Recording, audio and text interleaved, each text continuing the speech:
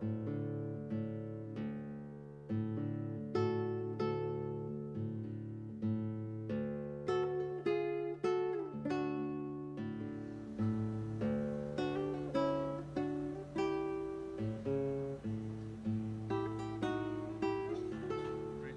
a weekday now, it's Monday. We're back into our routine, which means getting ready. Yeah. Club. Going to club, here we go. Ready? Alright, and Gemma's gonna bicycle without training wheels. But I will walk with her and help her get started. Here we go, kid. There she goes. I'm gonna have to catch her in a second. Here goes Bram, who started late, but is still gonna get there ahead of us, I think. So Gemma, how do you like bicycling without training wheels? And it's kind of like scary, sort of. Yeah. Also, I've not really learned how to ride down steep hills. Yeah, you'll have to do that at some point.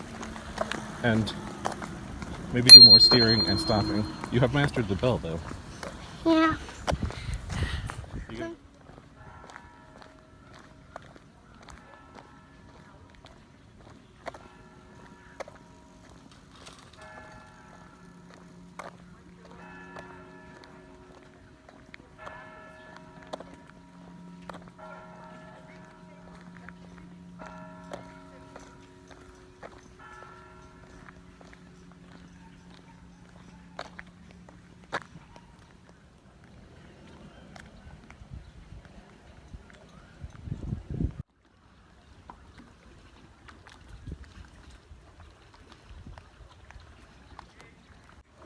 What is your plan for the day?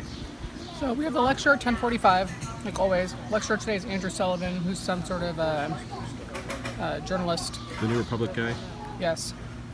After that, I have my Shakespeare and His Sources class, which is a class I'm taking with Janet, focused on Richard II, trying to, I think, parse sort of how did Shakespeare know all of these things, right? Because there's that theory, right, that, maybe he didn't write his own plays because the plays demonstrated knowledge of sort of, foreign events or topographies or sort of things that a man of his particular education and background wouldn't necessarily have known. So I think this class is going to try to answer the question of how he might have known, again, using sort of Richard II as the lens for that. But right now, we're drinking coffee and eating pastries, so... Yes, that's the best part of the plan, in my opinion. Yes, we're relaxing. Let's execute on that. All right. I didn't think the sacredness was unique to that place, because I felt it where I lived most of the time when I was a kid, which is out in the fields and out in the woodlands. But it was real, and at the center of it, the thing we looked at every Sunday, was this figure in the most extraordinary position, nailed prostrate on a piece of wood, in obvious agony. It's a strange thing when you think about it, that a whole swath of humanity looks at. Now, Protestants probably, for good sense, got rid of the body and just kept the cross. It's always a little disconcerting to see someone bleeding in front of you. But I think I appreciated that. I appreciated what suffering must possibly mean. And the suffering, true suffering, was not something that obliterated us, but something that actually we worshipped, that we looked for, that we understood to be central to the mystery of our lives. I then had to grapple with something quite obvious to you and to everybody else, and it's a question I was always asked, am always asked, have always been asked, will always be asked, which is the gay thing. I'll be honest with you and say, I don't really regard it as a huge obstacle to the experience that I've just described. What I've just described is so much greater, deeper, wider, broader than the gender to whom I am, to which I am attracted and love, primarily. that when people ask me, so why are you openly gay? How could you be openly gay and Catholic? My only real response is I am openly gay because I'm a Catholic. Because I believe in God and His creation, and I believe we are called to tell the truth about ourselves, to live a life constructed around a lie, or to live a life constructed in such a way as to exclude intimacy and love and the full expression of the body. It's not a way to be a loving and full person. Yes, I struggled. I remember the first time I felt I was going to go on a date and I went to confession beforehand. So that good Catholic. And I said, bless me, Father, for I'm about to sin.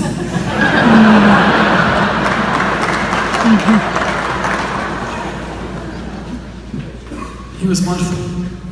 And he said, well, just come back afterwards and we'll talk about it.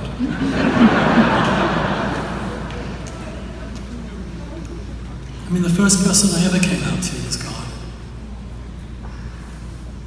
As a kid, I was going up to communion.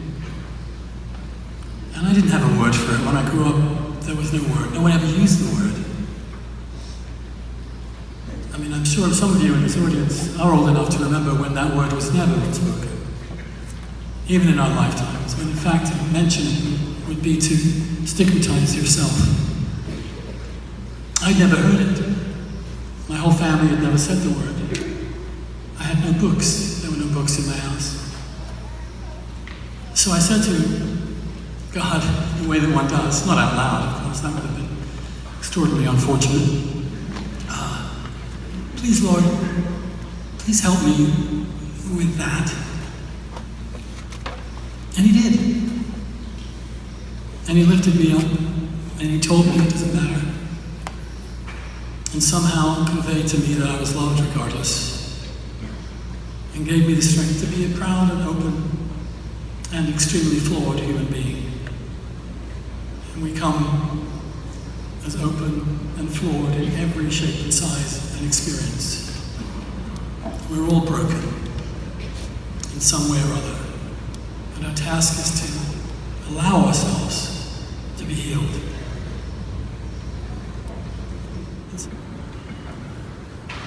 But my view is that, and I come at it over the years, which is we can't know the great mistake of contemporary religion, the great mistake of religion throughout history has been its certainty about things about which there can be no certainty. If God exists, by definition, God is beyond our understanding. If God is beyond our understanding, then on what basis do we really say specifically God means this, you shall do this, and you shall not do that?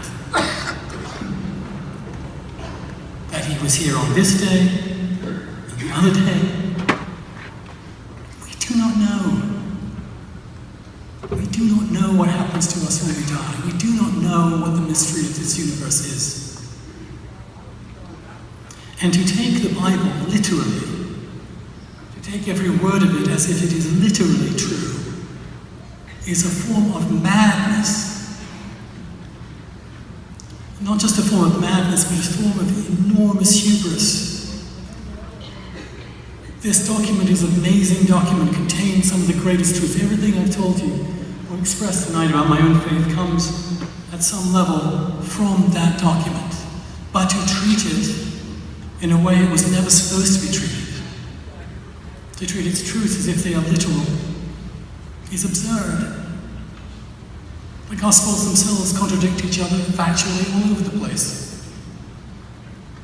There are so many inconsistencies, so many errors in copying, so many varieties of interpretations, that at some level we have to accept that this was a game of whispers.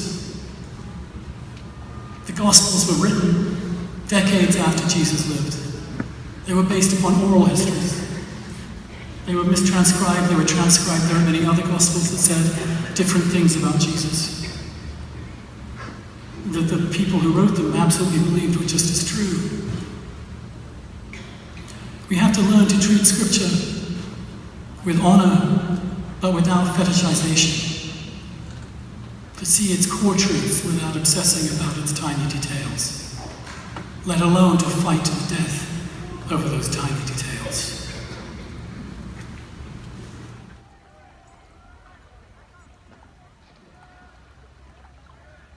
Wow, you can hear the club craziness all the way from over here. Wait for me. I have some sad news. What? It's raining. I know. It is raining. Come with me. I must Wait. fight. Hey, it's not that bad. It's not that bad, Dad. It's raining. It's actually not that bad. Are you sure you Okay. don't want to go biking? Are you sure? I'm pretty sure.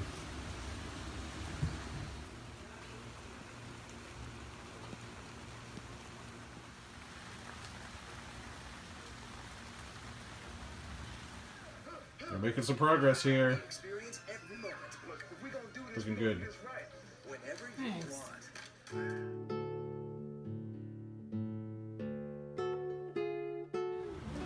Something really bad happened. Wait a minute. What happened? Do Do you see I someone? fell. I actually fell off my Are you bike. alright? I see your bike here. I am fine. You seem fine. Are you ready to do another round? Mm-hmm. Alright, ready when you are. I am so energized. You're energized. Hey, Alright, go ahead. not fake. I believe you. Oh my god, oh my god. Yep.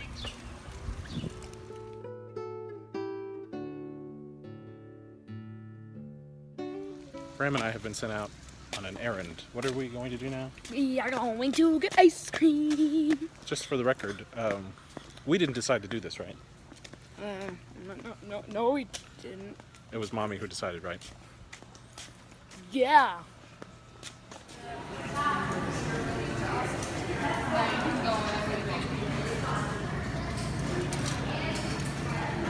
I think I may have overdone it.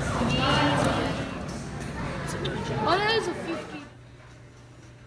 You've got the whole sky. How's it going? It's going. It's slow. I don't know why I decided to do this, but I can't quit. I gotta finish it. You have to finish it. Well, we still have a few days left of vacation. And how many episodes of Everwood do you have to watch? There are 4 seasons, so I have quite a while to go. Alright, good luck.